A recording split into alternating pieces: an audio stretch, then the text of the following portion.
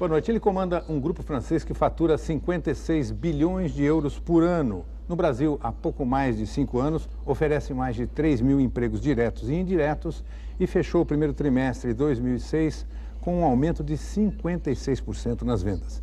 Jean-Marie Folz, presidente mundial da Peugeot Citroën, está no centro do Roda Viva. Jean-Marie Folz nasceu logo após o final da Segunda Guerra Mundial, em 1947, na cidade francesa de Estrasburgo. Se formou em engenharia e trabalhou no Japão e em empresas francesas. Em 1995, foi para a Peugeot Citroën, onde 2 anos depois assumiu a presidência do grupo. Para entrevistar o presidente da Peugeot Citroën, Jean-Marie Folz, nós convidamos Vicente Alessi Filho, diretor de redação da revista Autodata, Rogério Louro, jornalista automotivo do caderno Etc. do jornal O Globo, Marli Olmos, repórter especializada em indústria automobilística do jornal Valor Econômico, Cleide Silva, repórter do jornal O Estado de São Paulo, Chico Leles, editor do caderno de carro no Diário do Comércio, Adriana Matos, repórter de economia da Folha de São Paulo. Também temos a participação do cartunista Paulo Caruso, registrando em seus desenhos os momentos e os flagrantes do programa. O Roda Viva, como você sabe, é transmitido em rede nacional de TV para todo o Brasil. E o programa de hoje, como está sendo gravado, não permite a participação do telespectador. Mas você pode, aliás, eu peço que envie a sua crítica, a sua sugestão para o programa pelo site do Roda Viva. O endereço é www.tvcultura.com.br/Roda Viva. Boa noite, presidente. Queria começar com o seguinte, a indústria automobilística brasileira vive um momento de crise.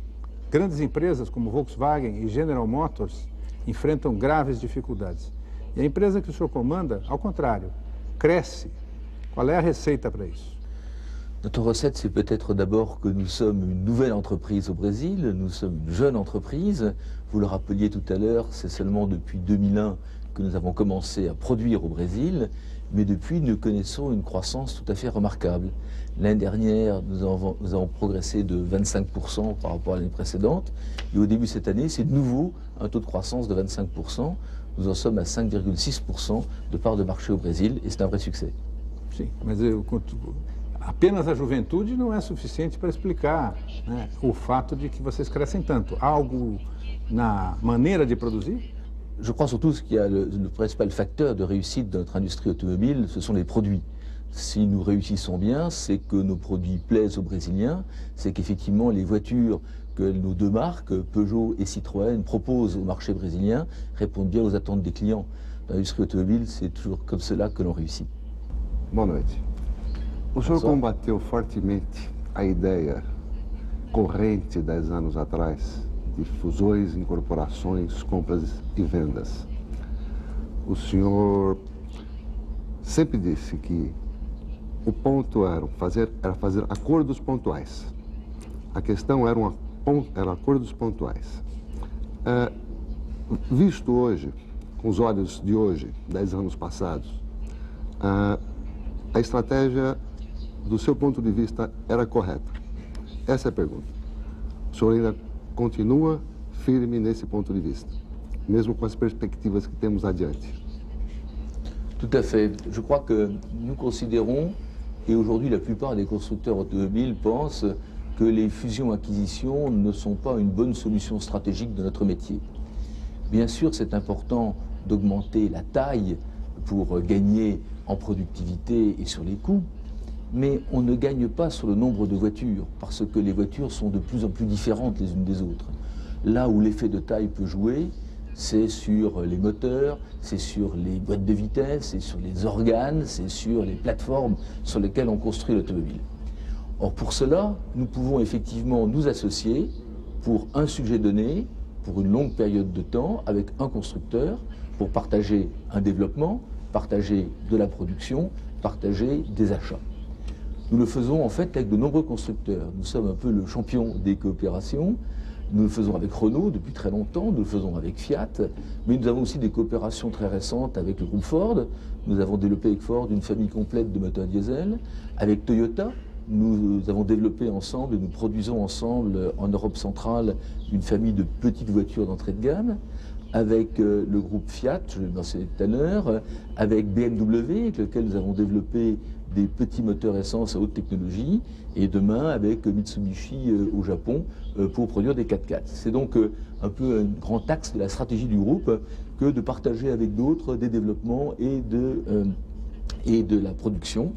Je dirais que ceux qui ont choisi la voie des fusions et acquisitions et qui ont réussi, ils ne sont pas si nombreux.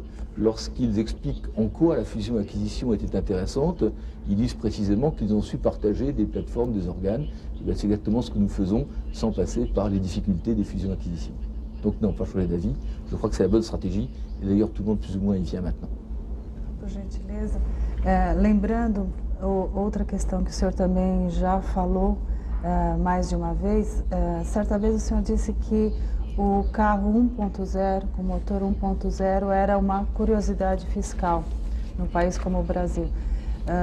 O grupo PSA Peugeot Citroën não tem mais esse tipo de carro no Brasil e a gente sabe que o grupo também é defensor da ideia de unificação do imposto do IPI, do imposto para os produtos industrializados. Eu gostaria de saber se vocês continuam defendendo a tese de que o Brasil não precisa ter carro motor 1.0 chamado carro popular. Je suis persuadé que les voitures 1 litre ont une place au Brésil. Mon propos n'est pas celui-là. Ce que je pense, c'est que tout système fiscal qui comporte une discontinuité, une marche d'escalier, est un mauvais système. Parce qu'effectivement, il segmente le marché et il pousse les constructeurs et les clients dans des catégories données de voitures. Ce qu'il faut, c'est ouvrir le choix aux clients, permettre à l'acheteur d'automobile d'acheter la voiture qu'il veut sans être dirigé par une coupure que créerait la fiscalité.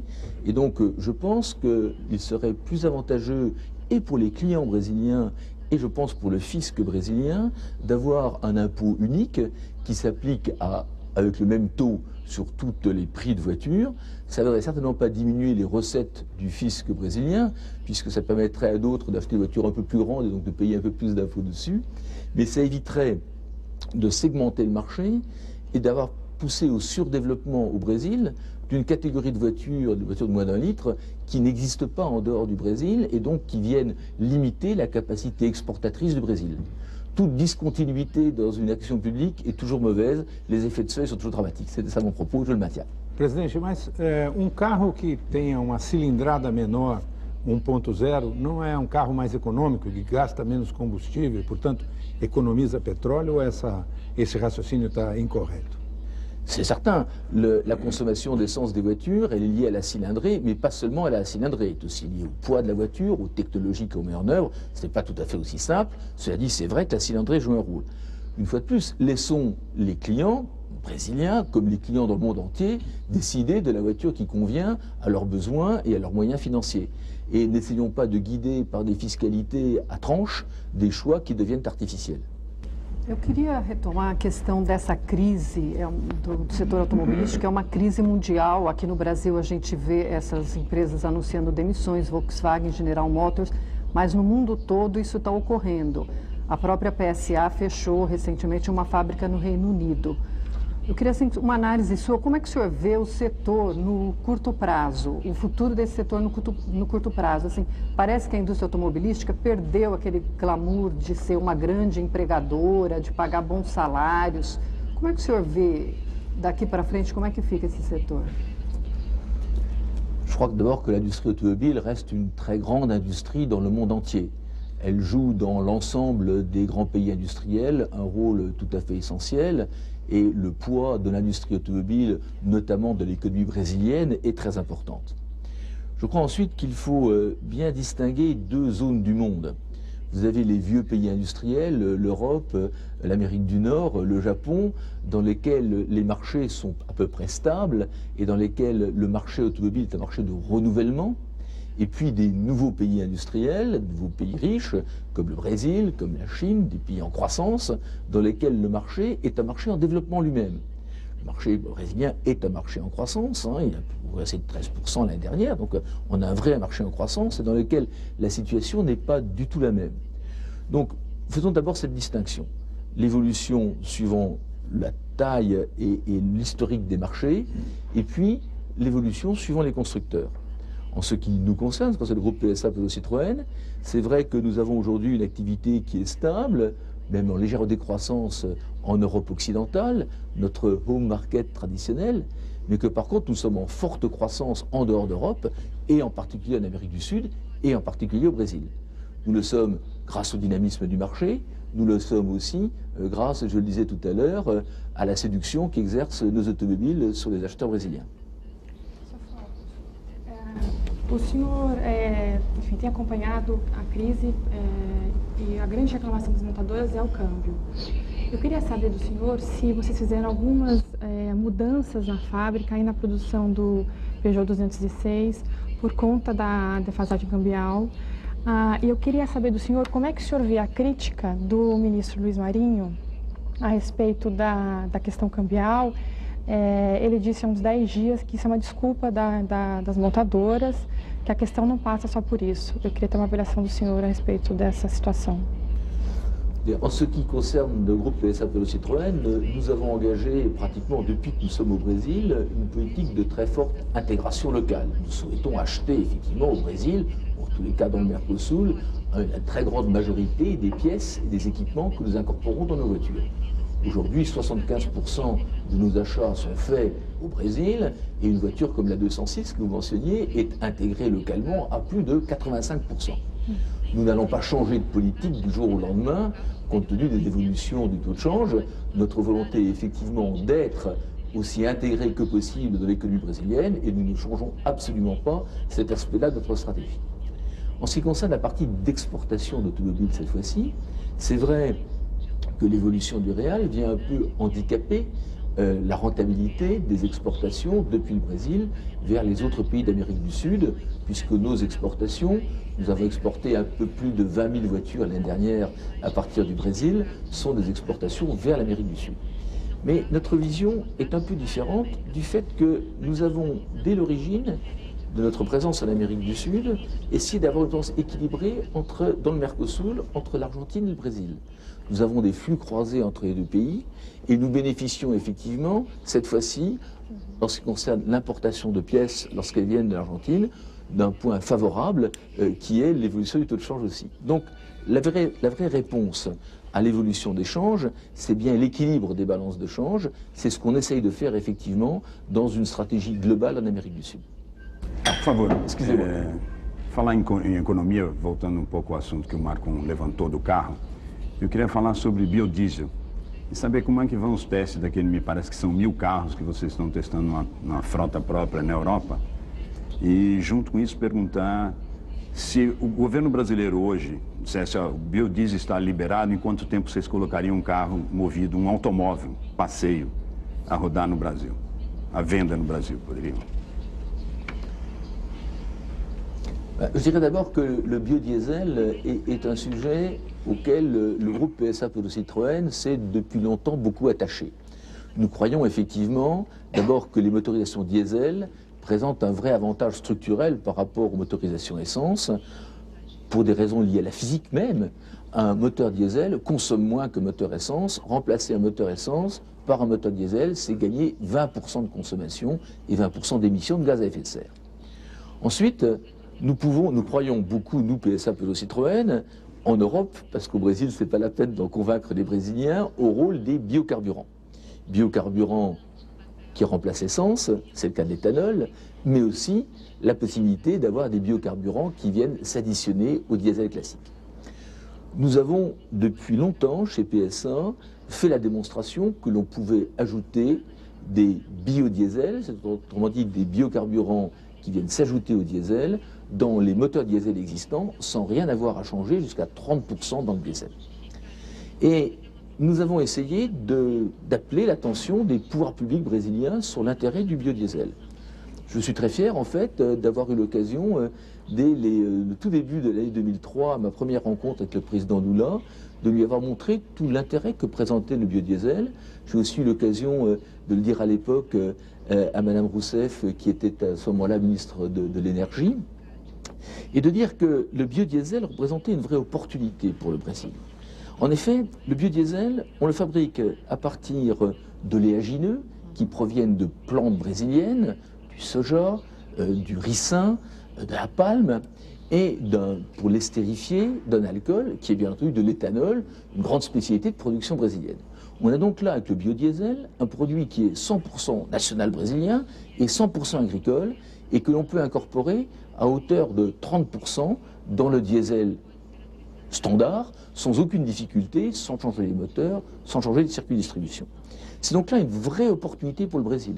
Opportunité pour le Brésil d'abord de diversifier encore sa matrice énergétique, opportunité pour le Brésil d'ajouter une nouvelle grande culture qui est avec de fortes capacités d'exportation, possibilité pour le Brésil de développer des cultures importantes dans des zones sensibles comme le Nord-Est, et possibilité, j'y viens enfin, de développer les motorisations diesel au Brésil qui sont peu présentes, alors pourtant que ce sont les moins consommatrices.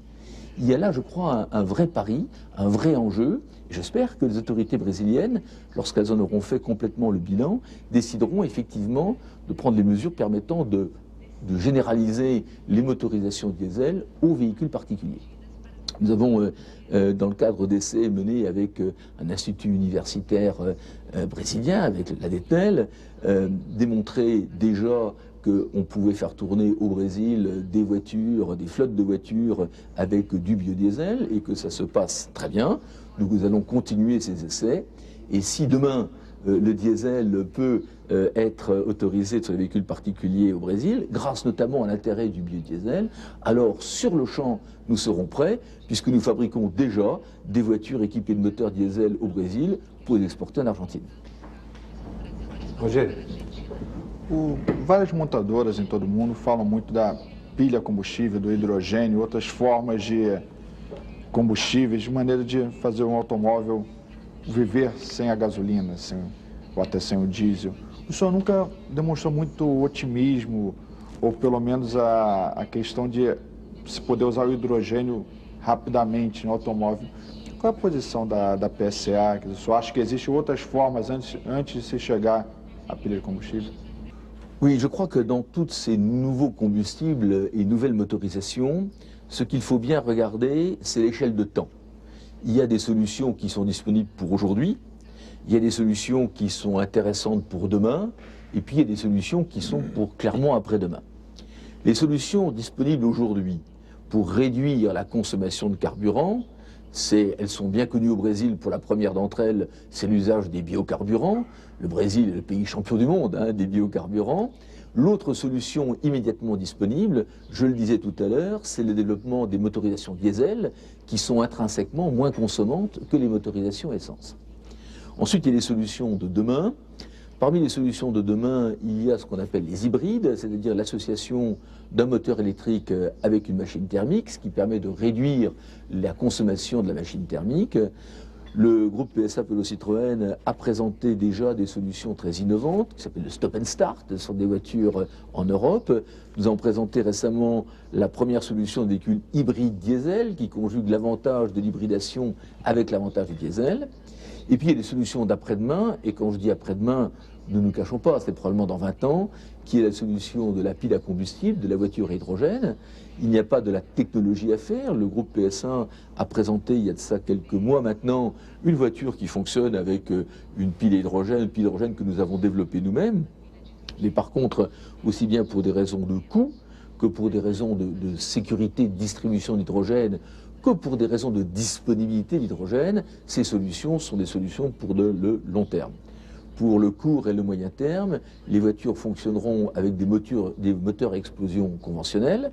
On mettra dedans de plus en plus de biocarburants et peut-être on en améliorera le rendement avec l'hybridation. C'est, je crois, le calendrier le plus probable d'évolution de la propulsion des voitures. A população do mundo cresce e o consumo das reservas naturais aumenta. Assim, a crise energética se aproxima e obriga o mercado automobilístico a pensar em novas tecnologias. O desafio para reduzir a dependência do petróleo já está colocado há décadas para a indústria automobilística. A partir da crise energética dos anos 70, especialistas têm alertado que a era dos combustíveis fósseis está no fim. O que aumenta a vulnerabilidade da indústria, especialmente a automobilística, ainda completamente dependente do petróleo. Os grandes fabricantes, alguns mais, outros menos, vêm desenvolvendo tecnologias para o uso de novas fontes de energia. O Brasil, que já avançou na experiência com o álcool, agora testa o biodiesel. mistura de óleos vegetais com o diesel para diminuir ou até substituir esse derivado do petróleo. Em outros países, o carro híbrido, que combina motores elétricos e a gasolina, é um caminho intermediário até que seja viável uma solução mais definitiva, como, por exemplo, o hidrogênio tirado da água ou o gás natural para mover motores de forma limpa e independente do petróleo. Mesmo na teoria, ainda há muito que ser feito. Na prática e no curto prazo, a preocupação maior dos fabricantes é ampliar a presença no mercado, crescer para não morrer. Então, voltando a essa questão das novas tecnologias, presidente, a indústria é um espaço relativamente conservador. Talvez a indústria automobilística seja uma das indústrias mais conservadoras. Pelo menos essa é a minha visão. Por quê? Eu vou explicar. Porque até hoje, se a gente for à essência do que é o automóvel, é um veículo com 4 rodas, um motor a explosão, que era o mesmo conceito do início dessa indústria. A pergunta que eu faço ao senhor é o seguinte: os esforços que a indústria faz no sentido de buscar novas tecnologias são apenas, digamos, para manter o status quo, ganhar mais tempo para se continuar produzindo motores a explosão que consomem combustível fóssil, ou efetivamente existe um empenho no sentido de realmente mudar totalmente, porque é obviamente que qualquer outra solução seria uma virada radical? Je crois d'abord qu'on ne peut pas qualifier l'industrie automobile de conservatrice. Je crois au contraire c'est une industrie extraordinairement moderne et en très forte évolution. Si vous regardez l'importance de la recherche et du développement dans l'industrie automobile, vous constatez qu'un groupe comme PSA Peugeot Citroën dépense plus de 5,5% de son chiffre d'affaires en recherche et développement. Nous déposons plus de 800 brevets par an. Nous avons au total 17 000 ingénieurs et techniciens qui font de la recherche et du développement pour des voitures, dont déjà 350 au Brésil. Nous en aurons 1000 au Brésil d'ici 3 ans de cela maintenant. Donc nous sommes une industrie qui, au contraire, donne une très grande place et un très grand poids à la recherche et au développement. Alors, quels sont les axes de cette recherche et de ce développement? Je dirais que nous avons 2 axes prioritaires en matière automobile. Celui que vous avez mentionné, c'est-à-dire la réduction des consommations et donc l'évolution des motorisations. Et puis l'autre, c'est l'amélioration de la sécurité, la meilleure protection des passagers des automobiles et puis des personnes qui peuvent être heurtées par les automobiles. Ce sont 2 grands sujets, 2 grands moteurs du développement et de la réflexion des constructeurs automobiles.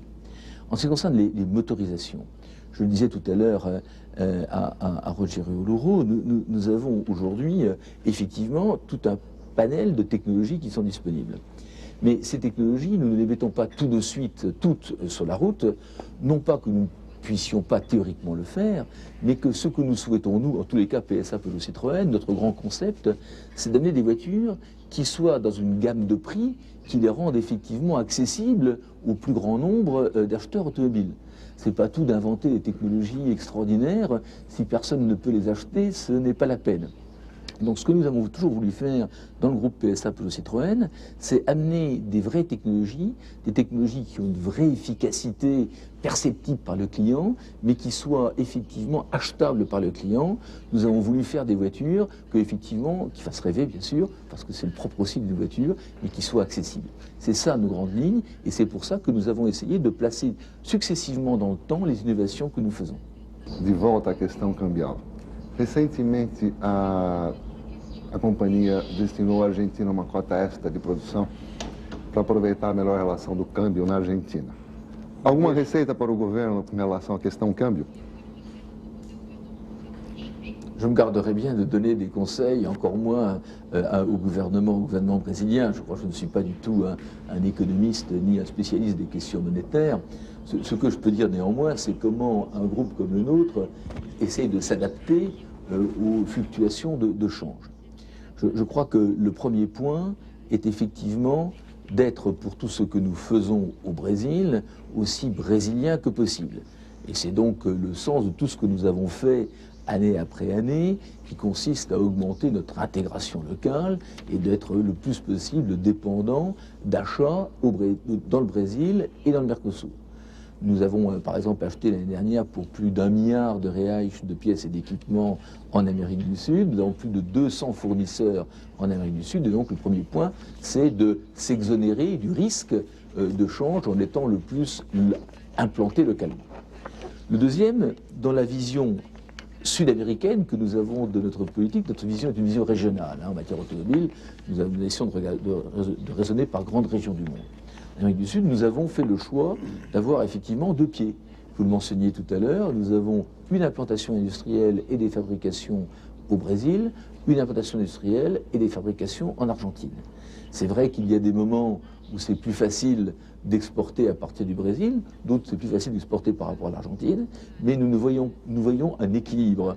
Et nous cherchons en effet un équilibre entre nos deux usines avec des flux croisés qui sont très importants. Et sans vouloir rentrer effectivement dans des questions de politique nationale brésilienne, une fois de plus je m'en garderai bien, je dirais simplement que tous les pas qui sont faits vers la construction d'un marché unique du Mercosur ou d'Amérique du Sud sont extrêmement favorables. Je ne parlerai pas de l'Amérique du Sud, je parlerai de l'Europe pour observer que tout ce qui a été fait pour construire un espace économique européen, puis une zone économique européenne avec la zone euro, s'est avéré extraordinairement profitable pour nos économies, pour les industriels et je crois pour l'ensemble de nos citoyens. C'est probablement ça la voie à suivre. Agora, Sr. Fons, o senhor está comentando do Mercosul, e é esse Mercosul que tem sido alvo de críticas pesadas e das montadoras também, né? Tem muita gente que acredita que esse Mercosul está se desmantelando. O próprio acordo de livre comércio com a Argentina, que deveria vigorar a partir de janeiro, a Argentina disse que havia assimetrias e a coisa não andou. E a Anfávia, que é a associação do setor, está aí tentando negociar há meses e a coisa está emperrada. Enfim, como fazer um Mercosul possível numa situação dessa em que nós temos um parceiro comercial que vira e mexe, resolve jogar as coisas para cima e virar a mesa? Je crois d'abord qu'en ce qui concerne le groupe PSA Peugeot Citroën, nous avons un vrai équilibre. C'est-à-dire nous fabriquons des voitures au Brésil que nous exportons en Argentine, nous fabriquons des voitures en Argentine que nous importons au Brésil. Et donc nous avons effectivement, en ce qui nous concerne, joué le jeu, appliqué les règles et fait en sorte que cet accord automobile du Mercosur fonctionne. Alors je déplore effectivement que d'autres se soient comportés différemment et effectivement jeter le doute sur l'intérêt de ce type de coopération, mais j'espère très vivement que les difficultés actuelles seront surmontées rapidement parce que je suis persuadé que le protectionnisme est la plus mauvaise des politiques, que l'ouverture des marchés est la meilleure des politiques et que plus les constructeurs brésiliens comme les industriels implantés en Argentine pourront accéder à un marché important, mieux ils se porteront les uns et les autres. Alors nous aurons peut-être des crises, je parlais tout à l'heure du passé des Européens, nous avons eu du mal à constituer l'espace économique européen, mais nous y sommes arrivés et je suis sûr que c'est la voie à suivre. Agora, o senhor acha que falta pulso firme do setor nas negociações, que invariavelmente são abaladas por uma posição muito mais dura da Argentina, no caso das montadoras e em outros setores também? Qual que é o problema na visão do senhor, pensando no setor? Je crois que le problème est qu'effectivement, tantôt l'Argentine, tantôt le Brésil, actuellement l'Argentine, a le sentiment que le système crée un déséquilibre et qu'effectivement il fonctionne plus dans un sens que dans l'autre. Je dirais que c'est un peu la responsabilité des constructeurs aussi, et c'est à nous, constructeurs, si nous voulons que ce grand marché se forme, de montrer qu'effectivement il est dans l'intérêt de tous les pays et que c'est bien notre intérêt à nous, constructeurs, d'avoir des flux dans les deux sens, d'avoir des investissements qui soient dédiés dans les deux sens. Nous fabriquons au Brésil, par exemple, des Picasso, des Citroën Picasso qui sont vendus en Argentine. Nous ne fabriquons pas de Citroën Picasso en Argentine. Nous fabriquons en Argentine des Peugeot 307 qui sont vendus au Brésil. Nous ne fabriquons pas de Peugeot 307 au Brésil. C'est ça, je crois, la vraie politique qu'il faut avoir. C'est celle que nous avons parce que nous essayons de démontrer que c'est la bonne structure économique. Marli. Por gentileza, voltando à questão do aumento de demanda mundial, né? O senhor citou aqui que alguns países como a China e a região da América do Sul estão em crescimento, enquanto mercados mais maduros como Europa, Estados Unidos, há uma estabilidade na venda de automóveis. O grupo que o senhor representa tem carros pequenos, carros mais simples, que podem ser oferecidos para essa camada da população que começa a comprar carro 0 quilômetro. O senhor acredita que, por parte de toda a indústria automobilística, vai ter que haver uma revisão da forma de fazer carros para atender essa população que ainda não tinha comprado carro 0 quilômetro na sua vida? Eu quero dizer, na China, o pessoal que andava de bicicleta e leste europeu, muita gente que não tinha automóvel. Chegou o momento de pensar em um novo tipo de carro? Je ne sais pas si c'est vraiment un nouveau type de voiture qu'il faut penser. C'est vrai que le marché chinois, puisque vous en parlez, offre la particularité d'abord d'un taux de croissance absolument étonnant. Hein. Il y a 6 ans de cela, le marché chinois, c'était 700 000 voitures par an. Cette année, ce sera 4 millions ou moins de voitures par an, donc une croissance absolument considérable. Et surtout, cette situation dans laquelle le client, il y a de nombreux clients qui n'ont jamais acheté de voiture auparavant. Nous considérons, vous savez que le groupe PSA Peugeot Citroën est très présent en Chine. Hein. Nous sommes un grand constructeur chinois. Nous avons vendu 140 000 voitures l'année dernière, plus de 200 000 cette année. Et ce que nous observons, c'est que les gens, parmi les personnes qui viennent acheter une voiture chez nous, 75 à 80% n'ont jamais eu de voiture auparavant. C'est leur première voiture. Alors, qu'est-ce qu'on peut en déduire? D'abord, c'est une vraie difficulté, parce que le marketing est très complexe. Comment voulez-vous deviner quels seront les goûts de personnes qui n'avaient pas de voiture auparavant? Les personnes qui renouvellent leur voiture, on peut les interroger, leur dire comment voudriez-vous une voiture. Les gens qui n'en ont pas eu, on ne sait pas du tout ce qu'ils vont attendre.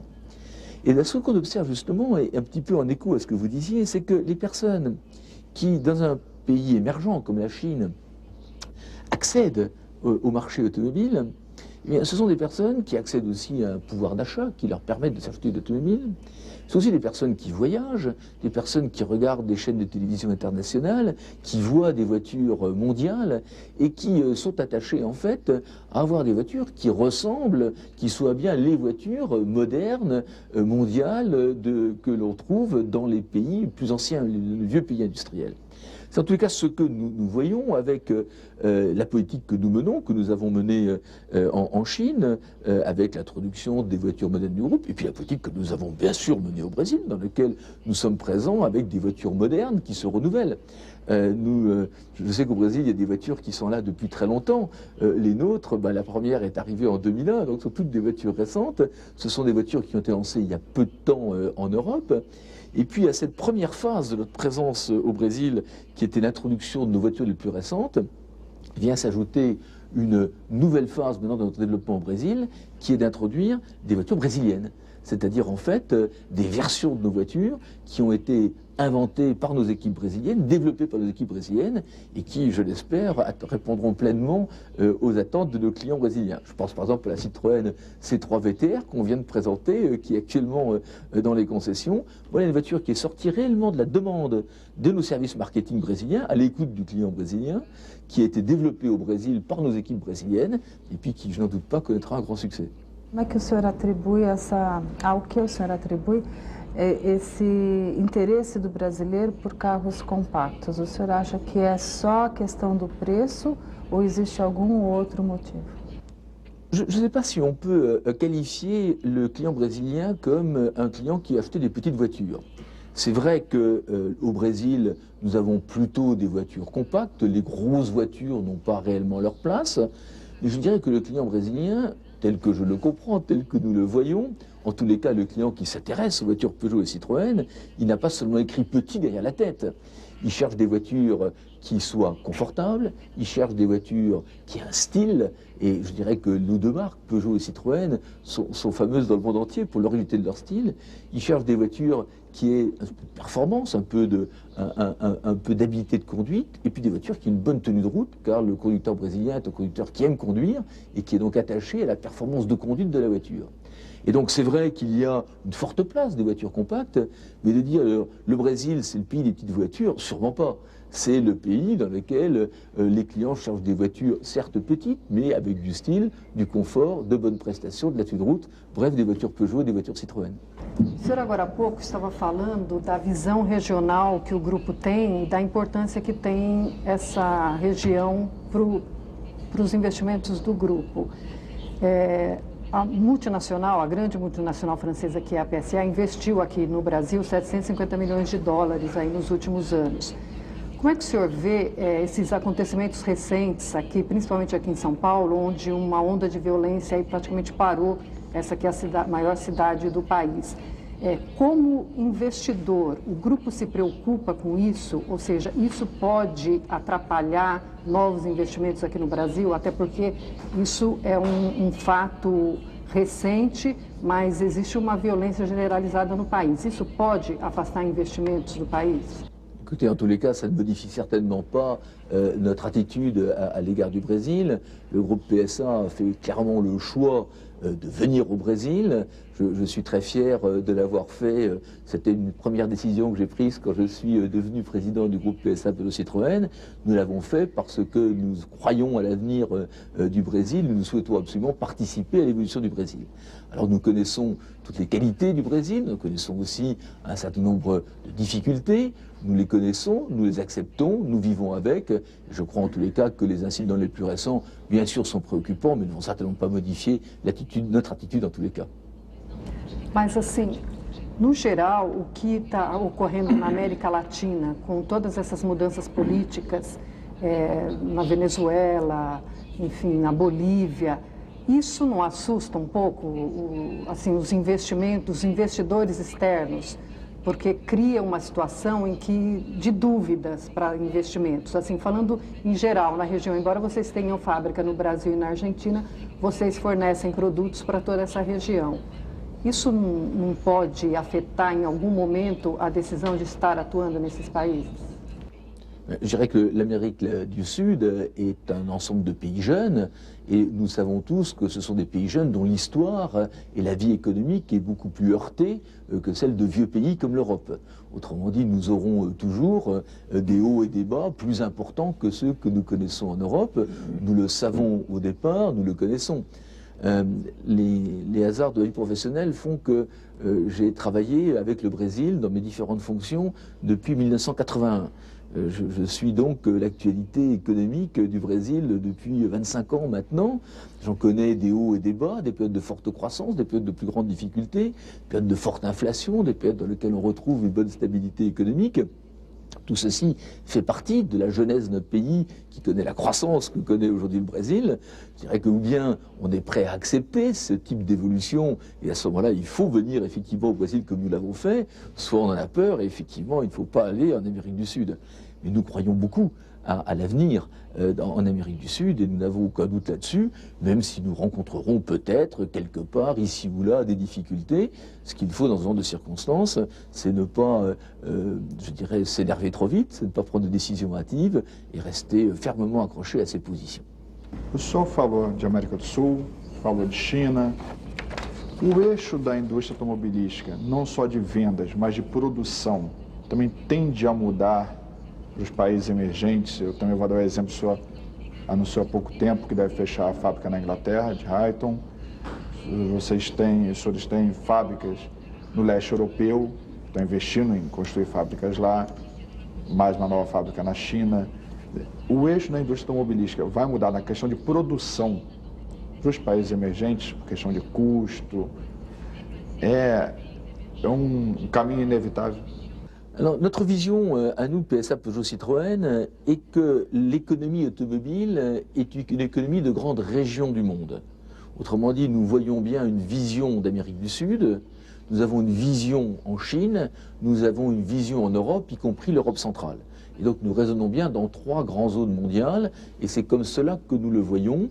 La logistique des automobiles est quelque chose de difficile, on ne transporte pas si facilement que cela des voitures d'un bout du monde à l'autre. Donc c'est vrai qu'aujourd'hui, une grande partie de l'investissement nouveau dans l'industrie automobile se fait en Chine, se fait en Amérique du Sud, mais c'est normal parce que c'est là que se fait la croissance des marchés, et c'est donc bien là que les constructeurs, pour accompagner la croissance des marchés, doivent investir. Vous avez mentionné une décision récente que nous avons prise, on a parlé déjà tout à l'heure à propos du site de Rayton. Je crois que C'est une décision très difficile que nous avons prise là et que nous allons tout faire effectivement pour réduire autant que faire se peut les effets négatifs de cette décision pour les 2000 salariés concernés en Grande-Bretagne. Mais c'est une décision qui n'est pas celle d'une délocalisation. C'est le constat d'une usine qui est peu compétitive pour des raisons de logistique, précisément, parce qu'elle est en Angleterre et que les marchés sont en Europe continentale, parce que c'est une petite usine et que nous ne savons pas justifier économiquement les investissements de sa modernisation. Mais globalement, je crois que ce qu'il faut bien voir, c'est que l'industrie automobile, dans tous les cas pour un constructeur comme le nôtre, restera régionalisée pendant encore très longtemps. Nous produisons de plus en plus en Amérique du Sud les voitures qu'on fait en Amérique du Sud. Nous y produisons aussi maintenant les moteurs et les boîtes de vitesse. E os Estados Unidos, o Grupo PSA não está nos Estados Unidos, que é o maior mercado do mundo, pelo menos por enquanto. A gente não sabe quando a China vai passar, né? Mas planos para voltar, vocês já tiveram, aos Estados Unidos. Dá para ficar tanto tempo, o futuro, sem estar no mercado americano? Je crois effectivement que la présence en Amérique du Nord est une vraie question pour un groupe comme PSA Peugeot Citroën. Nous sommes un grand groupe mondial, nous représentons un peu moins de 6% du marché mondial des automobiles et nous ne sommes pas présents sur le marché nord-américain qui est un très grand marché, à peu près aussi grand que celui de l'Europe. J'ai eu l'occasion de dire récemment que l'Amérique du Nord est une tentation pour le groupe PSA Peugeot Citroën. C'est clair que nous avons envie d'y être, mais que nous mesurons également ce que représenterait pour nous la décision d'y aller. C'est une décision très lourde en termes de choix de produits, en termes de création de réseaux de distribution, en termes de mise en place d'outils industriels de production. C'est une décision que je souhaite très vivement que nous puissions prendre, que nous prendrons un jour, mais je ne sais pas du tout quand nous la prendrons, et en tous les cas, nous n'avons pas prise aujourd'hui. Dentro de 2 anos, vocês vão completar 10 anos do projeto de sequestro de carbono no Mato Grosso. Como é que está esse projeto hoje? Quais foram as modificações que aconteceram nele de introdução de novas tecnologias? Alors, ce projet, c'est un projet de mécénat scientifique et de mécénat écologique. Le groupe PSA Peugeot Citroën a voulu financer une grande opération de reforestation dans le Mato Grosso, près de Juruena, qui porte sur 2000 hectares.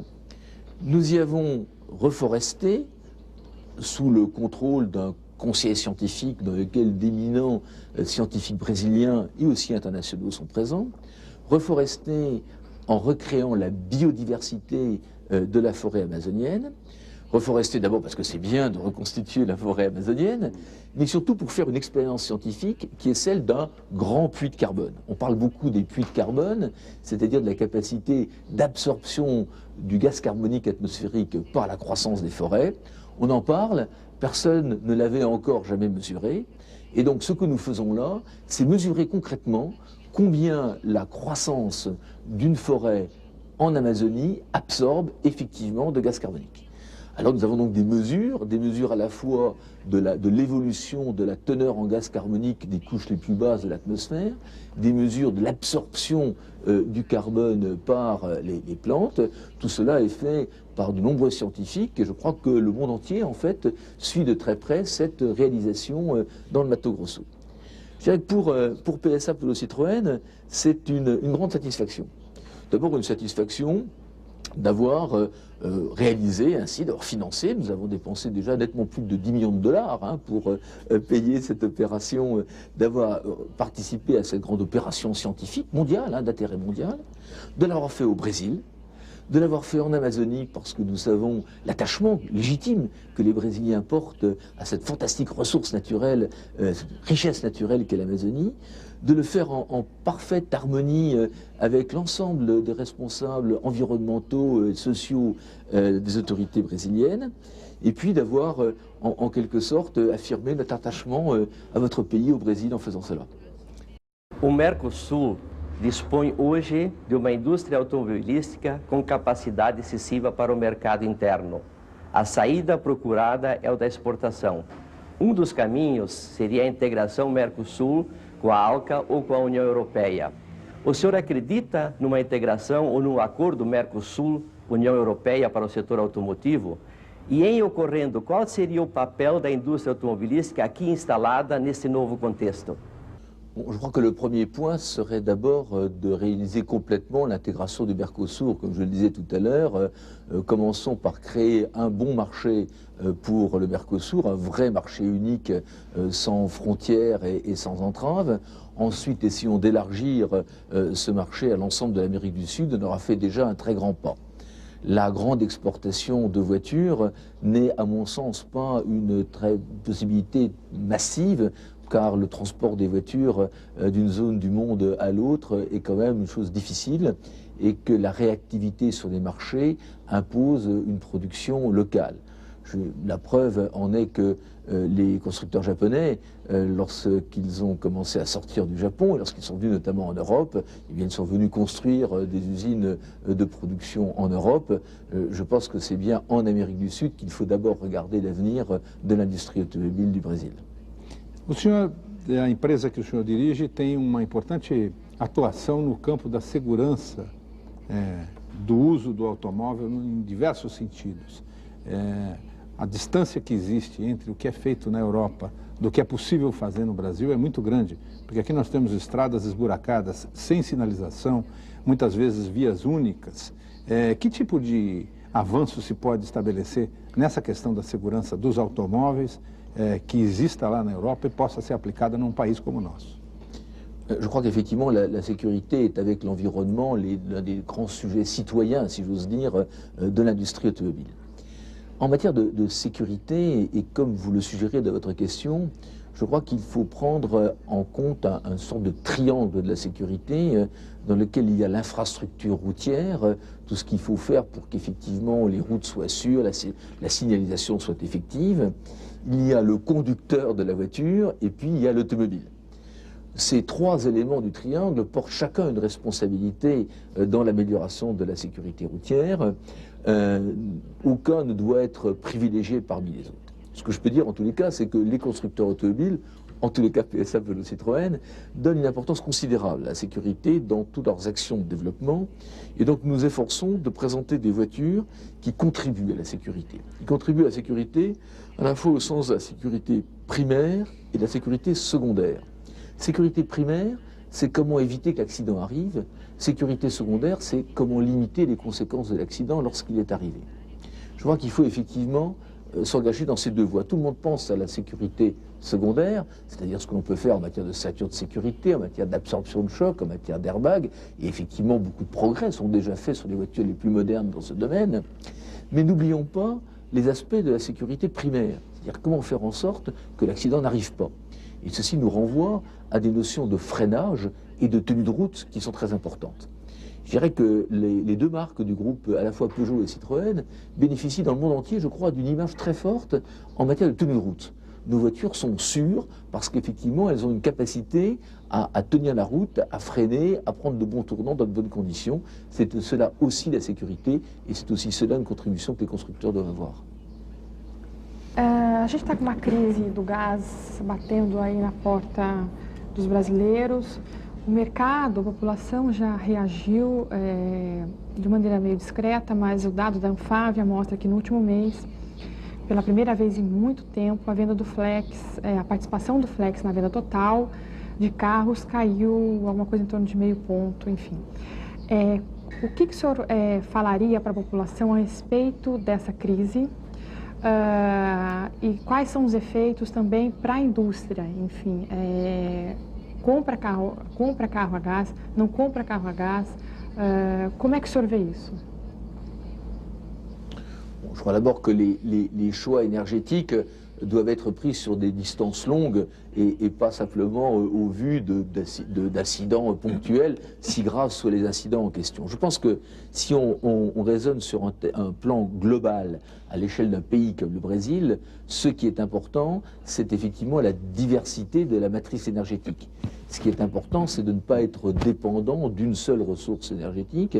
Et je crois que sur ce point, le Brésil est tout à fait remarquable, exceptionnel.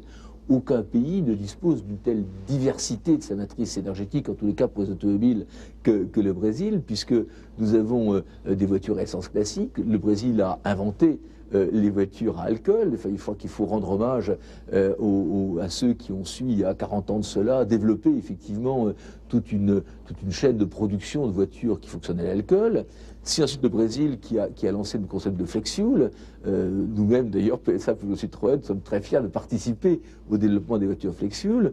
Nous avons du diesel, effectivement, présent au Brésil pour tout ce qui sont les véhicules industriels, hein, les camions et les poids lourds. Comme je le disais tout à l'heure, il y a une vraie opportunité à développer le diesel pour les véhicules particuliers. Il y a la possibilité du biodiesel. Il y a, c'est vrai aussi, le gaz, qui peut jouer un rôle significatif. Ceci dit, ce n'est qu'un des rôles des voitures. Vouloir emporter toute une industrie vers une seule source énergétique serait, je crois, calamiteux, parce que justement mettrait le risque fort de dépendre complètement d'un incident comme celui que connaît aujourd'hui le marché du gaz en Amérique du Sud. De surcroît, ce qui est important de noter aussi, c'est que la plupart des voitures ont une capacité à fonctionner avec deux combustibles. C'est le cas de la plupart des voitures au gaz qui sont aussi des voitures à essence. C'est le cas des flex-fuel, bien sûr, hein, qui sont l'archétype d'une voiture flexible allant entre l'alcool et l'essence. Et puis ce sera peut-être demain le cas du biodiesel qui permettra de fonctionner avec des mélanges entre du diesel classique et du biodiesel dans une large plage de variations. C'est cela la bonne protection. O senhor produz vários carros na China e a China tem um grande problema de poluição, de emissões hoje. O mercado cresce muito, não só a parte de veículos, mas toda a indústria, e tem um problema de emissões muito grande. O Flex poderia ser uma solução para se enviar para a China, até na questão de falta ou escassez de petróleo? Alors effectivement, on peut imaginer cela. Il faut avoir en tête que la Chine doit nourrir d'abord 1,4 milliard de personnes et que donc les superficies agricoles chinoises sont d'abord destinées à des cultures destinées à l'alimentation. Il n'y a donc pas les grandes quantités de terres, d'hectares disponibles pour faire des cultures à destination industrielle, hein, comme il y a au Brésil. En Chine, on ne peut pas du jour au lendemain s'engager dans une grande production d'éthanol, d'alcool, parce que ce serait au détriment de production d'aliments qui sont indispensables aux Chinois. Les Chinois, effectivement, se posent des questions sur l'évolution de leur matrice énergétique. Peut-être demain utiliseront-ils des voitures avec des biocarburants. Nous-mêmes, PSA Peugeot Citroën, sommes en quelque sorte un des consultants des autorités chinoises sur ce point, mais peut-être cela se fera en important des biocarburants en Chine, et c'est peut-être là aussi une des opportunités qu'a le Brésil d'utiliser sa très grande maîtrise de la production de biocarburants pour les exporter. Sr. Fausto, hoje a relação de habitantes por veículo no Brasil, ela está em torno de 8 a 9 habitantes por veículo, enquanto nos países desenvolvidos essa relação é de 2, 3, às vezes até menos, como nos Estados Unidos. Nosso vizinho, na Argentina, a relação é menor do que no Brasil. Se não me engano, em torno de 5 habitantes por veículo. Eu gostaria de saber se o senhor tem alguma proposta para diminuir essa relação, ou seja, aumentar o consumo de veículos no Brasil, que passe não apenas pela distribuição de renda, que a gente sabe que é um problema, mas também por algum tipo de estímulo a financiamento, alguma medida extra para que essa relação aí diminua. Alors, d'abord, on observe assez nettement dans le monde entier une corrélation, un lien entre le PIB par tête, per capita, et le nombre de voitures pour 1000 habitants. Et on voit bien que c'est la croissance économique d'un pays qui tire le parc automobile. Plus un pays se développe, plus il a un fort taux de croissance, plus son parc automobile croît. Et donc l'évolution actuelle du Brésil et le taux de croissance tout à fait impressionnant que le pays a retrouvé est certainement le gage la promesse d'une croissance du parc automobile. Alors maintenant, si on veut améliorer la croissance du parc automobile, il y a effectivement plusieurs possibilités. Il y a celle que vous mentionnez tout à l'heure. Là, on doit d'abord commencer par le prix des voitures. Je disais tout à l'heure qu'il n'y avait pas que le prix comme composante du choix des voitures. Le prix est quand même un élément important. Et donc tout ce que nous pourrons faire, nous constructeurs, pour avoir des voitures à des prix intéressants et très positifs. Je le disais tout à l'heure, hein, les voitures du groupe sont des voitures, non pas des voitures d'1 litre, mais des voitures 1,4 litre, 1,6 litre, qui présentent effectivement tous les attraits de ce type de motorisation à des prix qui restent tout à fait attractifs. Il y a deuxièmement les mesures fiscales qui peuvent exister et qui peuvent pour le moins ne pas décourager l'achat d'automobiles. Et puis vous avez mentionné, vous avez tout à fait raison, le rôle du financement. Le financement automobile est un des moteurs du marché automobile.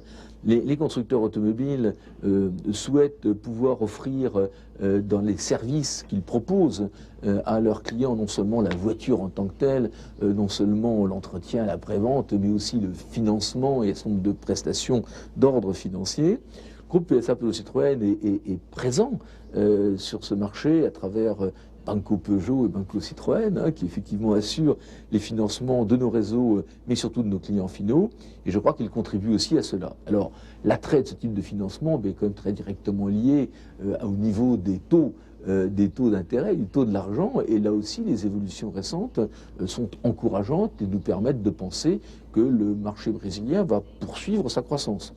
Nous avons eu l'année dernière une forte croissance du marché brésilien. Nous avons encore en ce début d'année une bonne croissance du marché brésilien jusqu'en avril. Les indications que j'ai sur le mois de mai me laissent penser qu'effectivement nous aurons encore un bon niveau du mois de mai et que le Brésil est bien engagé sur le plan de la croissance automobile. Et comme je vous le disais tout à l'heure, le groupe PSA Peugeot Citroën pour sa part croît plus vite que le marché pour la 3e année consécutive. As fábricas reclamam da queda do consumo, da concorrência dura, dos altos preços do aço, da energia e dos custos sociais da mão de obra. Mas analistas também lembram que é preciso considerar má administração e estratégias erradas de mercado para o fracasso de muitas empresas. O fato é que a combinação disso tudo colocou os gigantes da indústria automobilística na pior das situações. Nos Estados Unidos, o setor já demitiu cerca de 60 mil trabalhadores este ano. 12 fábricas foram fechadas e as demais procuram se reestruturar, reduzir custos, rever conceitos.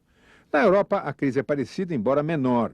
Só os fabricantes asiáticos parecem satisfeitos. Com o menor custo do mundo, a produção chinesa virou modelo e atração.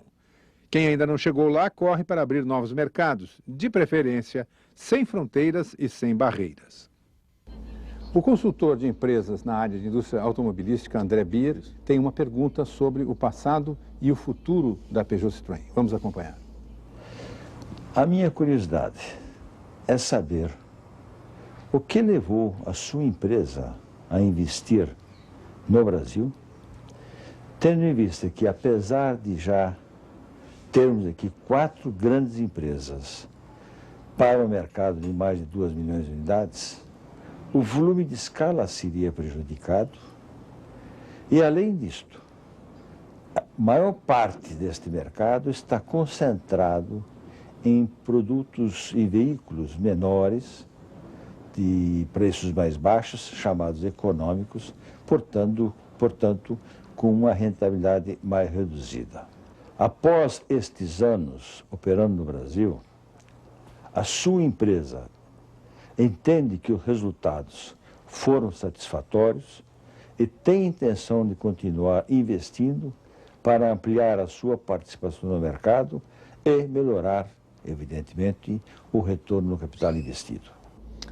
Alors c'est vrai qu'il y a encore peu de temps, il y avait 4 constructeurs en tout et pour tout sur le marché brésilien.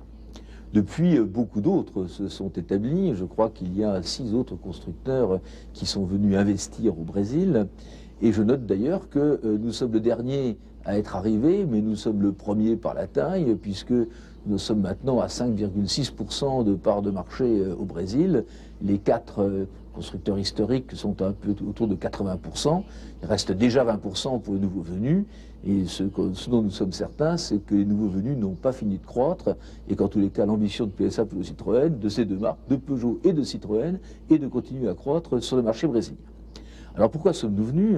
Nous sommes venus parce que le marché brésilien nous a paru être et est au demeurant un marché de croissance, un marché tout à fait important. Le Brésil est un pays très dynamique, un pays dans lequel je crois que toute entreprise qui veut avoir un avenir mondial doit être. Le Brésil tire en fait une partie du développement du monde et il est tout à fait important d'être présent au Brésil. C'est vrai qu'au départ, on a accès à des volumes plus petits, mais finalement, il n'y a pas que le Brésil. On a parlé ensemble de l'Amérique du Sud, du Mercosur. Nous pensons bien, à partir du Brésil, vendre des voitures dans l'ensemble de l'Amérique du Sud. L'année dernière, nous avons exporté 20 000 voitures déjà. Hein. Nous avons vendu 80 000 au Brésil et vendu 20 000 en dehors du Brésil. Nous avons également vendu 25 000 moteurs en dehors du Brésil. Nous avons déjà un exportateur brésilien. Donc, nous sommes très contents sur le fond d'avoir fait ce choix. Je dis c'était un choix qui était douloureux économiquement. C'est vrai que nous avons investi un peu plus de 700 millions de dollars, 750 millions de dollars, mais surtout nous avons connu des années très difficiles sur le plan des résultats économiques. Des résultats difficiles parce que normalement nous démarrions une activité, mais aussi parce qu'à peine étions-nous arrivés, sans être intégrés localement, nous avons connu la crise monétaire que vous connaissez, et donc nous avons beaucoup souffert au début de notre implantation au Brésil. La bonne nouvelle, c'est que depuis 3 ans, nous améliorons régulièrement nos résultats et que j'en suis maintenant pratiquement certain, l'année 2006 sera notre première année de profitabilité au Brésil. C'est un grand événement pour nous et nous l'attendons avec beaucoup d'impatience. Et puis je voulais vous dire, vous disiez que nous avions un peu plus de 2300 personnes.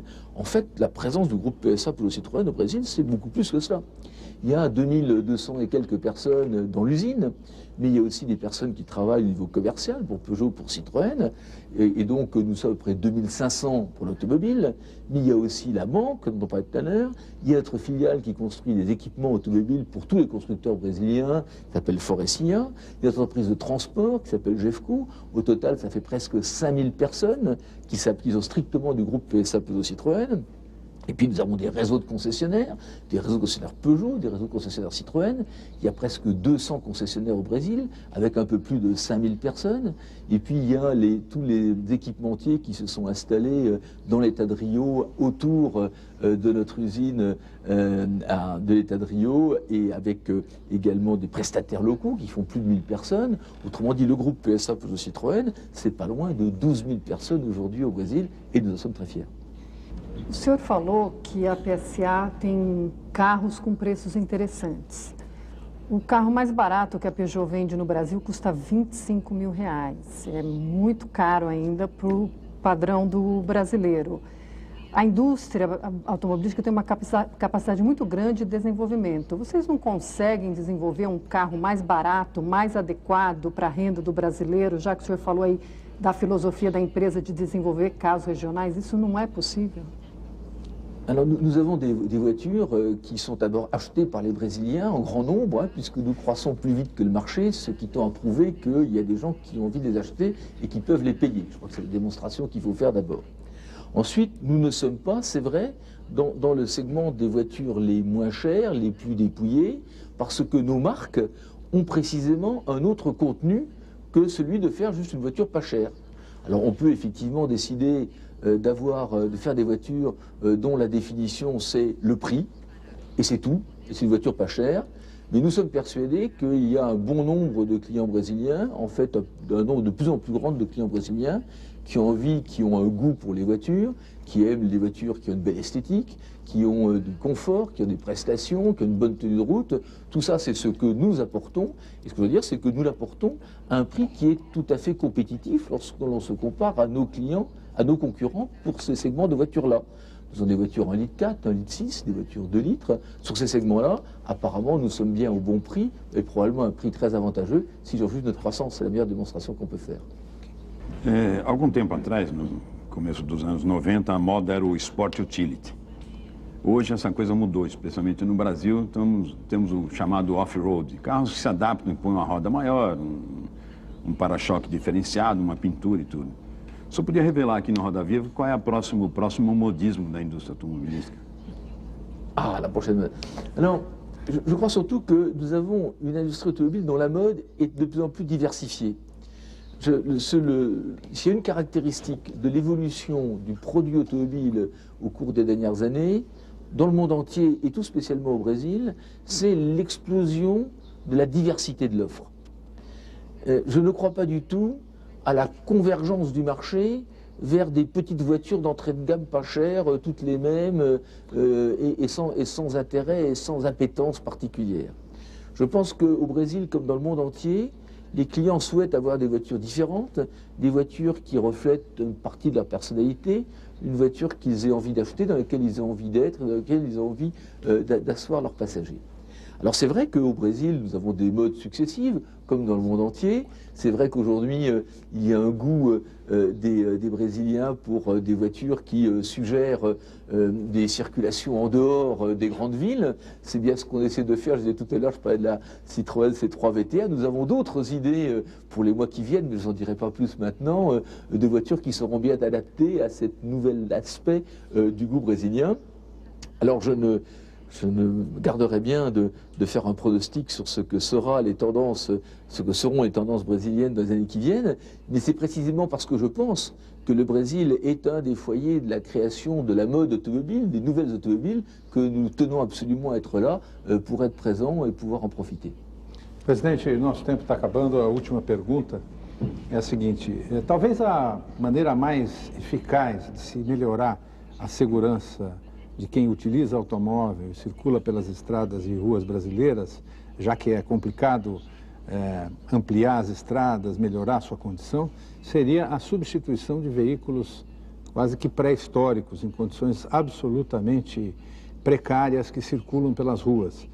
O governo brasileiro já tentou, o governo de São Paulo já tentou várias vezes fazer esse tipo de iniciativa de substituição de frota em que houvesse um estímulo para quem trocasse o carro velho por um carro novo. A Peugeot Citroën pensa em alguma coisa nesse sentido e acha que isso pode acontecer a curto prazo? En tous les cas, le groupe PSA Peugeot Citroën pense que la meilleure façon d'améliorer et la qualité de l'air et la sécurité, c'est d'accélérer le renouvellement du parc automobile. C'est vrai que nous avons un parc automobile qui est âgé pour une partie. Nous avons en circulation au Brésil des voitures qui sont anciennes, qui sont quelquefois très anciennes. Ce sont des voitures qui, lorsqu'elles étaient neuves, avaient déjà des niveaux d'émissions de pollution largement supérieurs à des voitures neuves d'aujourd'hui, et puis dont le vieillissement n'a pas amélioré les performances. Les voitures anciennes polluent plus, les voitures anciennes généralement freinent moins bien, tiennent moins bien la route, et pour toutes ces raisons, leur retrait progressif du parc est la meilleure amélioration possible de la sécurité, vous le disiez, mais aussi de la qualité de l'air. La question qui est posée est de savoir s'il est de l'intérêt collectif de prendre des mesures pour accélérer cette sortie du parc des véhicules les plus anciens. C'est vrai que le groupe PSA Peugeot Citroën est persuadé que oui. Et donc je fais campagne systématiquement dans beaucoup de pays européens en tous les cas pour que l'argent collectif que nous sommes prêts à consacrer à améliorer la sécurité, à améliorer la qualité de l'air, soit investi dans l'accélération du renouvellement du parc. Alors, il ne faut pas faire des primes à l'achat de nouvelles voitures parce que c'est distordre le marché et ce n'est pas une bonne intervention. Ce qu'il faut, c'est encourager la destruction des anciennes voitures. C'est-à-dire, d'une façon ou d'une autre, considérer que les personnes qui gardent très longtemps des vieilles voitures, c'est bien souvent parce qu'ils n'ont pas les moyens d'en acheter une nouvelle, et que donc si on leur apporte un encouragement financier à la destruction des nouvelles voitures, leurs anciennes voitures, ils ne vont pas en acheter une voiture neuve, ils n'en ont pas les moyens, ils achèteront une voiture moins ancienne, et globalement, comme cela, on va rajeunir le parc. C'est une voie tout à fait prometteuse. En tous les cas, nous y sommes, nous, très favorables. Presidente, eu queria agradecer a sua entrevista, agradecer aos nossos entrevistadores, a você que está em casa e convidar a todos para estar aqui na próxima segunda-feira, às 10h30 da noite, com mais um Roda Viva. Uma ótima semana e até segunda-feira.